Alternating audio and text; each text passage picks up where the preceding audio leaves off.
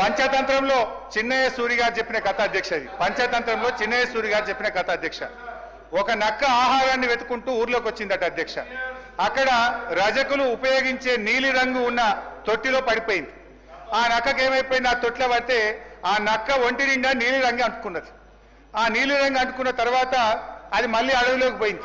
ఇదేదో కొత్త జంతువు అనుకొని అడవిలో ఉన్న జంతువులన్నీ భయపడ్డాయట అధ్యక్ష. ఈ నక్క కూడా ఇదేదో బాగుంది, అందరు నాకు భయపడుతుందని, నేను దేవుడు పంపిన దూతను, ఈ రోజు నుంచి నేనే మీకు రాజును అని ఆ నక్క అన్నదట అధ్యక్ష. జంతువులు భయంతో అంగీకరించాయి. ఆ నక్క జంతువులను అనేక రకాలుగా కష్టపెట్టే భరించాయి అధ్యక్ష.